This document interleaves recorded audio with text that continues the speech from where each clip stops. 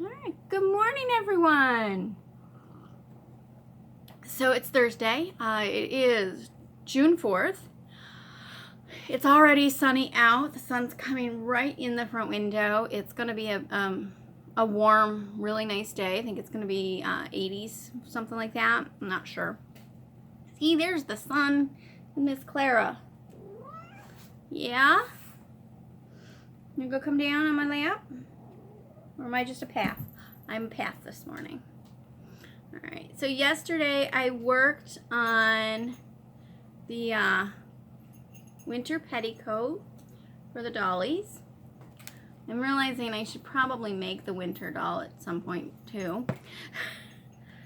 So that came out like this. I started the petticoat here.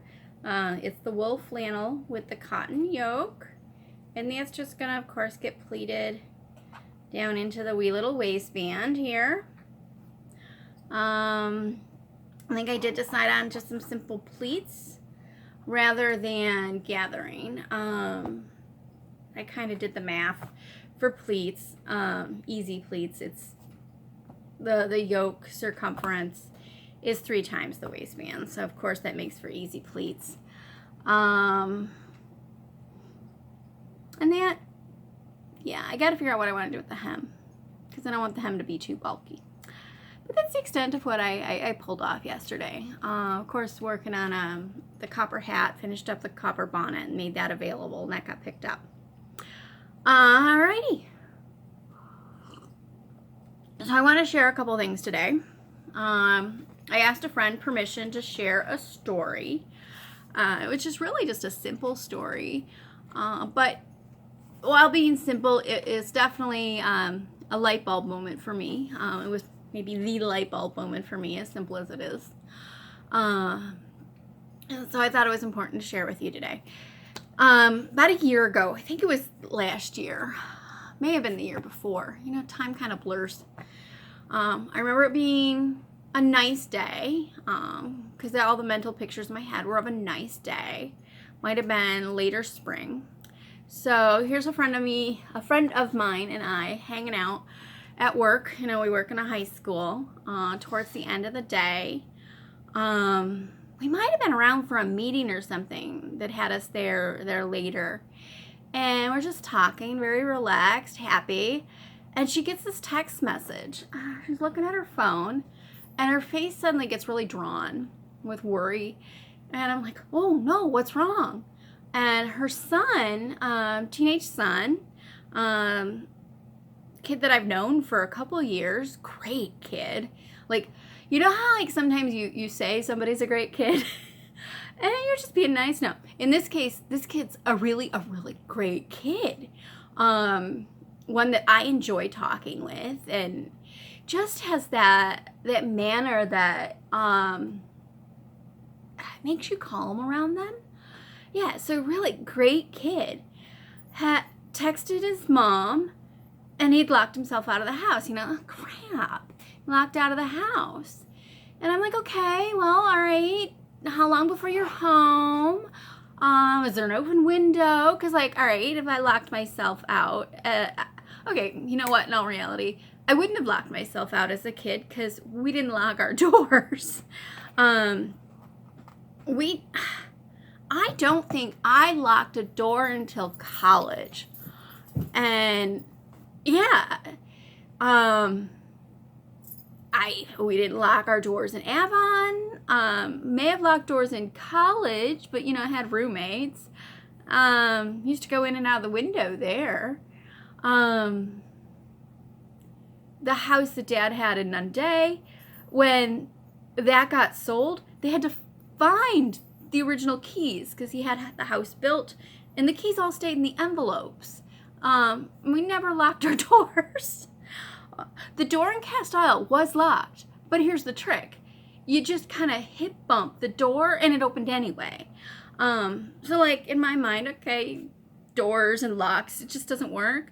If you're a coworker of mine, you know that I'm always like misplacing my keys. I haven't the foggiest clue where they are because I was just not used to, you know, locking doors. And I'm like, locking my classroom is a big accomplishment for me. Yes, I have thousands and thousands of dollars of technology, and I forget to lock the doors. I'm not worried. My kids are not walking off with my equipment. I honestly do feel like that. I 1,200 up to almost 1,600 one year. I really don't feel like my students are going to walk off with my equipment. There's other things they can do. They're not going to walk off with my equipment. That's going to get me in trouble. So back to the story. So she gets the text message. He'd locked himself out. And my brain's going, okay, just wait until you're home. Go in through a window. Is the back door unlocked? That sort of thing. And no, her face is just more and more worried. And that's when I realize I'm not getting the situation. It's not making sense in my head. She's at that point, and this happens, within seconds, she's legitimately afraid for her son's life, despite the fact that he's home on his own property in suburban America, suburban upstate New York, because she's afraid that while he sits there on the front porch, a neighbor is going to call the police, that he's sitting on his front porch. And okay, yes, he's black, but it's his porch. This is the neighborhood he grew up in. Literally the entire, at that point, 15, 16 years, grew up there. His family had lived there before he was born. So these are neighbors that, I would have thought you're saying hi to on a regular basis, that watched you learn to walk and learn to ride your bike and all of those things. And yet she's afraid that a neighbor is going to call the cops because he's sitting on his porch. And that's when I went, oh crap. I don't get it. I don't have that experience. I really truly would have gone in a window. And God forbid he would have tried that, because he probably would have gotten himself in a lot of trouble there, or worse. So this was by far my light bulb moment of, I personally don't have the experience, but oh my God, that's the reality for my friends. And I reflected back on that story so many times personally, because it was such a shift in thought process for me. Previously, I thought, okay, I get it. I understand. Some things are harder. But no, that's just screwed up. It's just, you should be able to oops and forget your keys and not have to worry about your safety sitting on your own front porch. It's just not a thing that anybody should have to worry about. I know my perception might be a little extreme because I grew up not having to lock doors, not having those types of experiences of just a basic locking of the doors. But the reality is, I never feared for my safety. I could come home from school, whether my parents were there or not, get in the house. I could screw up the regular screw-ups of a kid or a teenager and not worry. And yet, here's my friend and her son in a situation where it's simply he's just locked out and she's afraid for his life. So, of course, she took off quick, got her stuff out the door. She probably pulled that off in less than a minute, drove home. Luckily, they do live close-ish to work, much closer than I do. And things were fine. But like I said, that story really has stuck with me personally.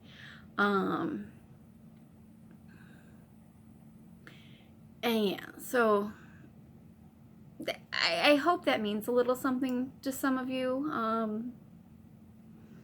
It is a simple story, but it for me, it symbolizes where things are at and where they've been for far too long. It would have been 2018 probably at the time.